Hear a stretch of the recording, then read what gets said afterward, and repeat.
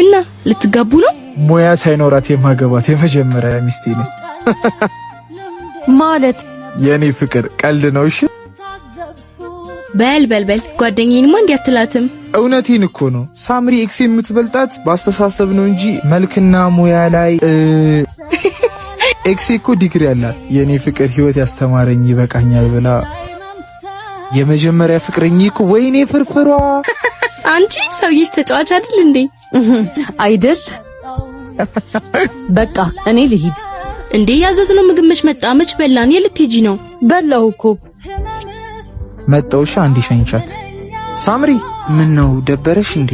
ለምን ይደብረኛል? ሀቅ እኮ ነው ያወራኸው። እኔ ጓደኛሽን ለማሳቅ ለቀልድ ነው ያልኩት። አንቺ ደግሞ ቀልድ አይገባሽ። ፍቅር ምርጫ እንጂ ውድድር ሆኖ አያውቅ። በጓደኛዬ ፊት ስታዋርደኝ የምታሸንፈው እኔን አይደለም፣ የራስህን ክብር ነው የምታሳጥ። ዝምታዬ ድክመት አይደለም፣ ሰላሜን ስለመረጥኩ እንጂ። ክብሬ ደግሞ ለድርድር የሚቀርብ አይደለም። ራስህን ፈትሽ።